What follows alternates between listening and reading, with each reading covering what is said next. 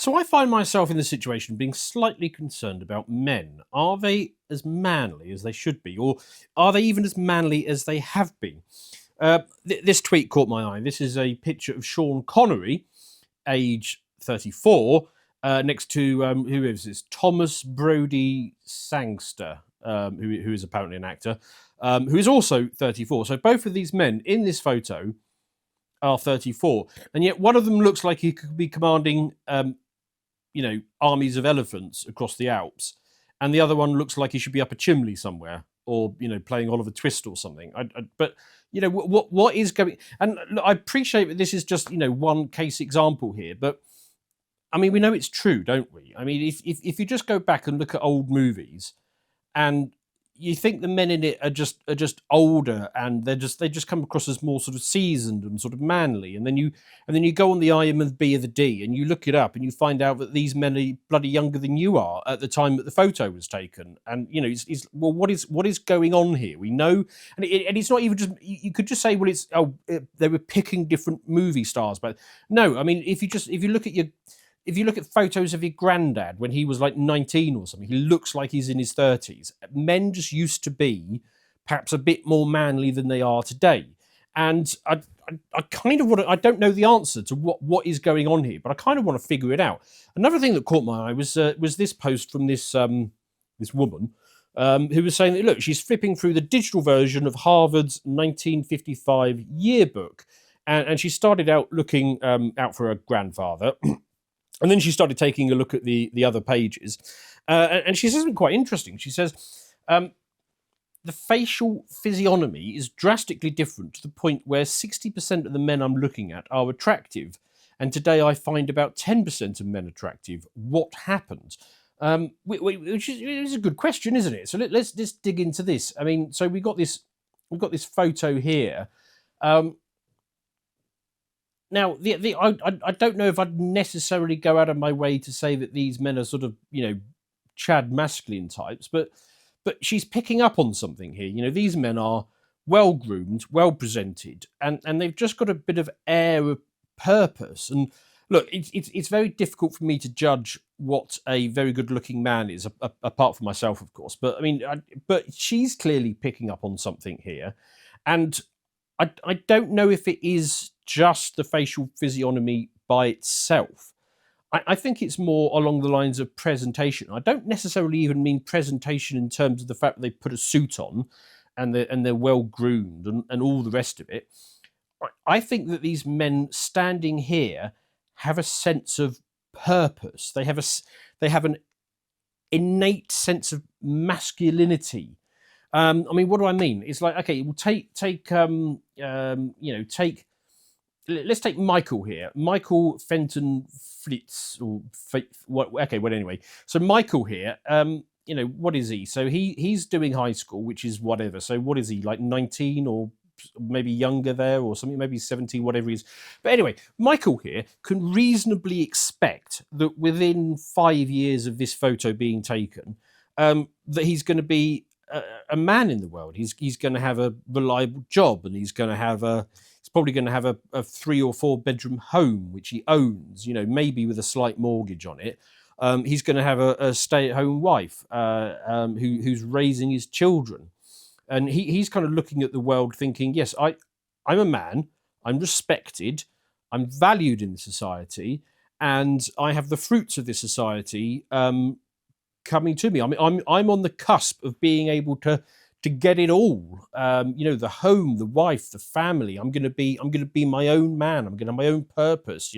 Society appreciates and respects me, and I'm whatever, just finishing high school. Of course, he's bloody happy. Of course, he's chuffed and sat there with a sort of innate viewed sense of masculinity dripping off him, which apparently this Taylor woman's decided that she quite likes.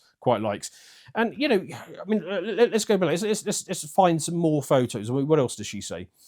Make men handsome again. Again, 2 photos.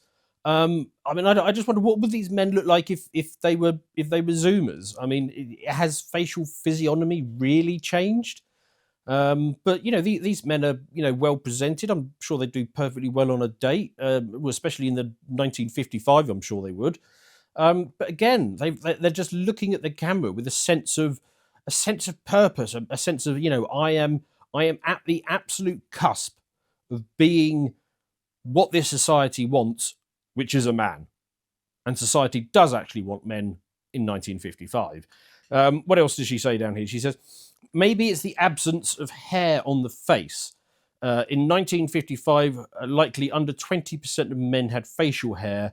In 2025, a third of men have facial hair of some kind. Personally, if a man has a beard or a mustache, there's a 0% chance I'll find him attractive. As to me, it looks messy, like you're trying, blah, blah, but she witters on in her womanly ways.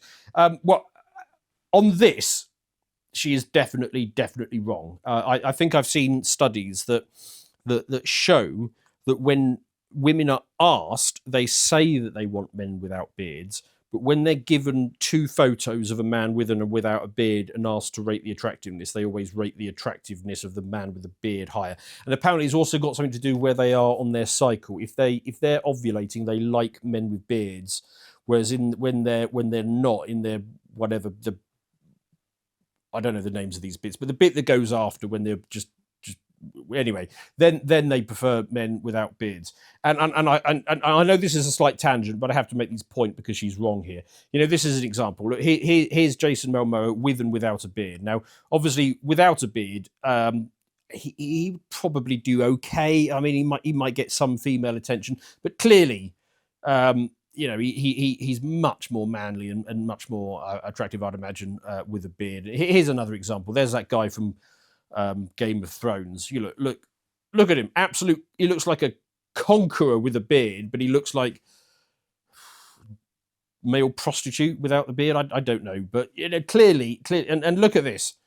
There we go. This chap, Kazmat, whoever that is, don't know who he is, but anyway, look at that with a beard, bit like a man, and without a beard. Anyway, moving on. So we go back to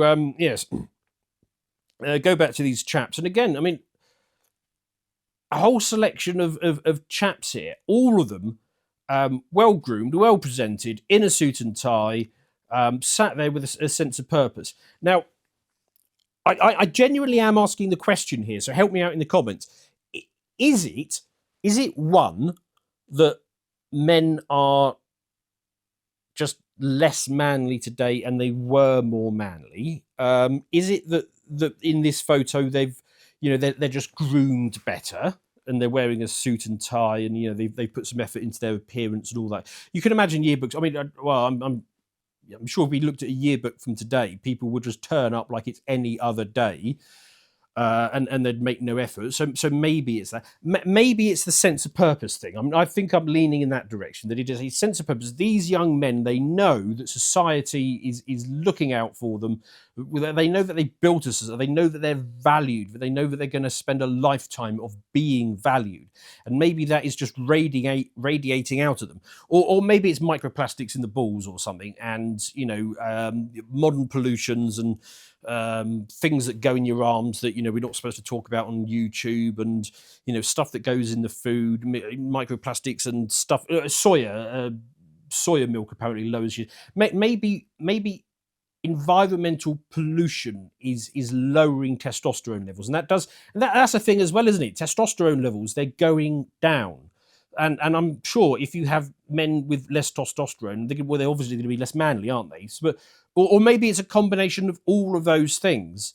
But I, apart from the beards bit, where she was obviously just wittering, I think this woman is onto something. I think she kind of has a point that men are just not what they were. I mean, you look at. I mean, I see young men today, and for a start, they're just hunched. They're kind of staring at the pavement, and their shoulders are down, and they're dressed like babies with these big baggy woolly clothes, and they just look a bit downtrodden. And I can kind of understand that they're not going to turn up to their year of high school radiating confidence in their yearbook photo, because they spent their entire youth being told that they're defective girls, that there's something wrong with them, that they're toxic, and that they've got to watch themselves because there's something inherently wrong with men and their sexuality, and the Gillette advert rams that home and all the rest of it. If the guys who are going to be doing their yearbook photo not long from now in September, they're going to probably have been forced to watch adolescents at school, telling them all about how bad men are and how they're. I mean, men just they're simply not appreciated, and maybe that alone is enough to knock the wind out of them, or maybe it is microplastics in the balls. I have no idea. But yeah, please do let me know, because this has got my interest now, and I'll do a segment on the main channel at some point about this as soon as I can figure out what the hell is going on. But yeah. If you've got any answers as to what the hell is going on here, please do explain. Finally, I started on a Bond, and of course I'm gonna have to end on a Bond. Case in point, right? Case in point. This is Roger Moore. Playing Bond, and he's 45 in that photo. He's the same age as I am now. I always thought he was 60 when he played in that film. I thought he was an old man, but so I suppose it has knock-on effects as you age as well. Men just generally across the spectrum, they just seem to be aging slower these days. And I'm Gen X, so it'd be even worse for the Zoomers. I mean, they probably look like twinks until they're well into their early 50s or something. Roger, though, I think he's dyed his hair, isn't he? If you've got a very high definition screen, if you put, I've got a little bit of grey creeping in. What do you think? Do you think I should do the Just for Men? Do you think I should follow Roger's example and get a little bit of hair dye, or do you think a touch of grey adds gravitas? I don't know. Maybe I should be Bond.